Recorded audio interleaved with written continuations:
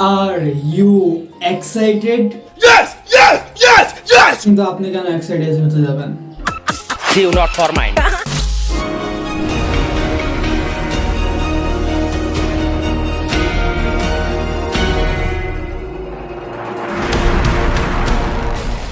আসসালামু আলাইকুম। তো কেমন আছেন সবাই? নতুন লুকের স্টুডিও সেটআপ, আগের যা আছে সবকিছুই বাট একটু নতুন রূপে সাজালাম আর কি, দ্যাটস ইট। এটা আগে তুমি বলবা না? আজকে ভিডিওটা সত্যি দুর্দান্ত হতে চলছে, কারণ আজকে ভিডিওতে আমি স্যামসাং গ্যালাক্সি S22 আলট্রা এই মোবাইলটার সম্পূর্ণ ডিটেলস নিয়ে আলোচনা করবো, এর ভালো দিক খারাপ দিক। বাট আপনারা কি একটা জিনিস খেয়াল করছেন যে স্যামসাং গ্যালাক্সি S22 আলট্রা মানে অনেক বড় একটা নাম।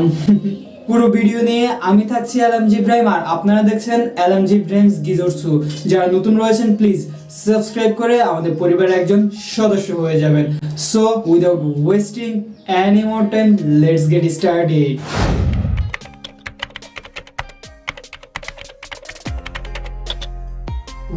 শুরুতে কথা বলে নিব মোবাইল ফোনটির বক্স কন্টেন্ট নিয়ে, এবং এই ক্ষেত্রে আসলেই তুলনামূলকভাবে একটু ছোটখাটো রয়েছে। আইফোনের বক্সটা যেমন বড় থেকে ছোট হতে হতে একদম স্লিম হয়ে গেছে, ঠিক এটাও অনেকটা। বক্সটা খোলার পরে আমরা বেসিক্যালি যেটা পাবো, প্রথমেই জোস ফোনটা, দেন সিম ইজেক্টর টুল এবং চার্জিং কেবল। বাট বক্সের ভিতরে আসলে চার্জার কোথায়?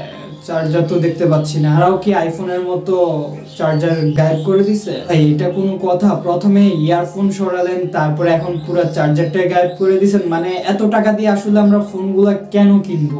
খুবই খারাপ লেগেছে চার্জার গায়েব করার বিষয়টা। আপনাদের কাছে কেমন লেগেছে অবশ্যই কমেন্ট সেকশনে জানিয়ে দিতে ভুলবেন না।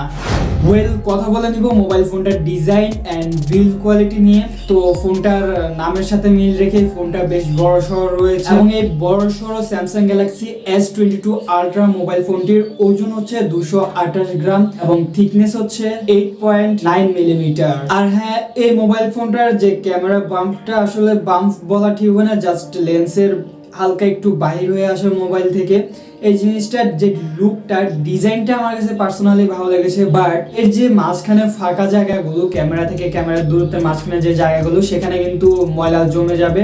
সো এক্ষেত্রে অলওয়েজ ক্লিন রাখতে হবে জিনিসটা, অথবা আপনারা চাইলে ব্যাক কভারটা ইউজ করতে পারেন মোবাইল ফোনে, যার কারণে ক্যামেরা বাম্পে আসলে ময়লা ঢুকার চান্সটা একটু কম থাকবে। এছাড়া মোবাইল ফোনটির ফ্রেম হচ্ছে অ্যালুমিনিয়ামের, পাশাপাশি এর সামনে এবং পিছনে দু জায়গাতেই থাকছে কর্নিং গরিলা গ্লাসের প্রোটেকশন, মানে glass front end glass back আমরা পেয়ে যাচ্ছি মোবাইল ফোনটাতে।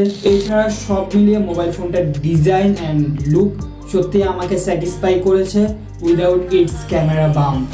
কথা বলে নেব মোবাইল ফোনটির ফোর্স এন্ড বাটন নিয়ে, এবং এই ক্ষেত্রে আমরা মোবাইল ফোনটার নিচের অংশে পেয়ে যাব এস পেন, মানে স্যামসাং গ্যালাক্সি নোট সিরিজ গুলোর সাথে যেরকম পেন দেওয়া হতো ঠিক সেরকমটাই। ক্ষেত্রে মোবাইল ফোনটাতে কেমন একটা স্যামসাং গ্যালাক্সি নোট সিরিজ ভাব থাকছে। সাথে নিচের দিকতে থাকছে built in speaker, built in microphone এবং টাইপ সি চার্জিং পোর্ট। এছাড়া ফোনটির বাম সাইড পুরা খালি থাকছে, বাট ডান সাইডে আমরা পেয়ে যাব পাওয়ার অন অফ বাটন, সাথে ভলিউম লকার থাকছে।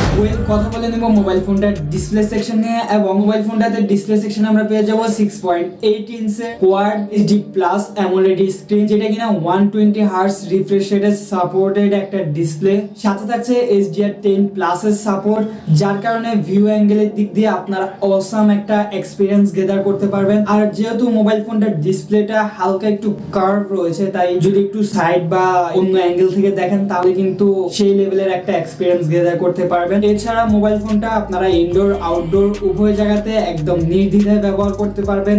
আউটডোরে গেলেও এর ব্রাইটনেসে আপনারা তেমন একটা ঘাটতি খেয়াল করবেন না। সব মিলিয়ে ডিসপ্লে সেকশন দিয়ে আমি স্যাটিসফাইড। আসলে ডিসপ্লে সেকশন দিয়ে এই মুহূর্তে কমপ্লেন করার মতো আসলে আমার কাছে কোনো কিছু থাকছে না। চলে আসবো মোবাইল ফোনটার প্ল্যাটফর্ম সেকশনে, এবং এই ক্ষেত্রে আপনারা মোবাইল ফোনটাতে পেয়ে যাবেন আপডেট অ্যান্ড্রয়েড ভার্সন। হ্যাঁ, আমি কথা বলছি অ্যান্ড্রয়েড 12 এর কথা।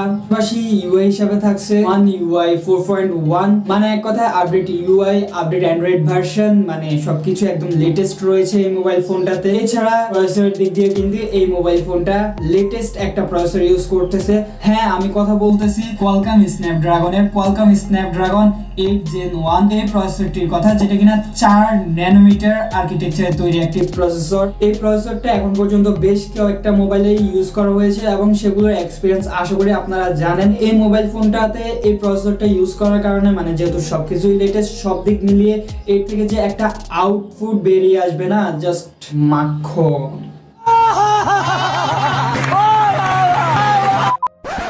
এছাড়া এই মোবাইল ফোনটা আন্তত স্কোর, বেস্ট মার্ক, গিগবেন স্কোর সবকিছুই স্ক্রিনে দেওয়া হলো।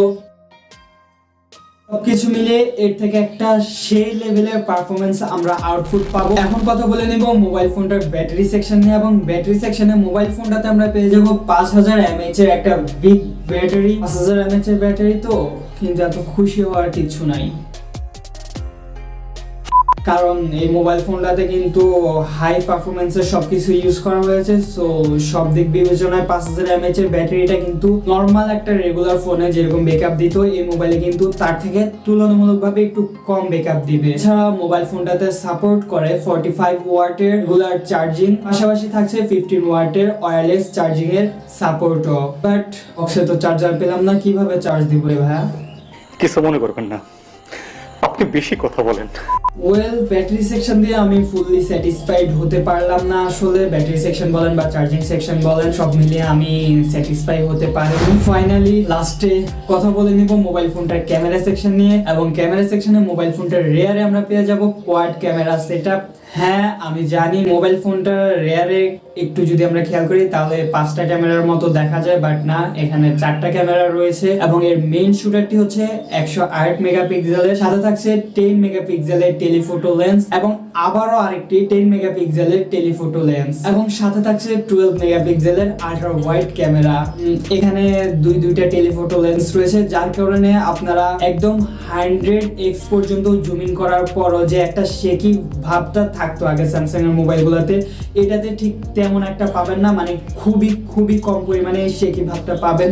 আর এছাড়া স্ক্রিনে তো আপনাদেরকে স্যাম্পল দিয়ে দেওয়াই হয়েছে, আশা করি আপনারা বুঝে নিতে পারছেন এর থেকে কতটা জোস আউটপুট আমরা রিটার্ন পাবো। আর এছাড়া সেলফি ক্যামেরাতে আমরা পেয়ে যাবো 40 মেগাপিক্সেলের একটা সেলফি ক্যামেরা, এর থেকেও আউটপুটটা বেশ ভালোই ছিল। তো এই ছিল এই মোবাইল ফোনটার বিস্তারিত। বাট অবশেষে যদি আমি আমার ভালো লাগা খারাপ লাগাটা শেয়ার করি আপনাদের সাথে, মোবাইল ফোনটা যে বক্স কন্টেন্টে চার্জার না থাকাটা, এই বিষয়টা আসলে আমার কাছে খুবই খারাপ লেগেছে। এছাড়া আরেকটা জিনিস খারাপ লেগেছে মোবাইল ফোনটার, সেটা হলো এই মোবাইল ফোনটার ক্যামেরার যে বাম্পটা বা লেন্সের মধ্যে লেন্সের যে দূরত্বটা, সেটার মধ্যে ময়লা জমে যাওয়ার বিষয়টা আসলে পরবর্তীতে যদি এটা ক্যামেরার ক্ষতি করে তখন আমরা কি করব। এই দুটো জিনিস আমার কাছে মোবাইল ফোনটার খুবই খারাপ লেগেছে পার্সোনালি। এছাড়া বাকি সব দিক টুকটাক ঠিকঠাক রয়েছে, আমার কাছে অতটা খারাপ লাগেনি, সবকিছু মোটামুটি ভালো লেগেছে প্রাইস বা সবকিছু বিবেচনা করতে গিয়ে।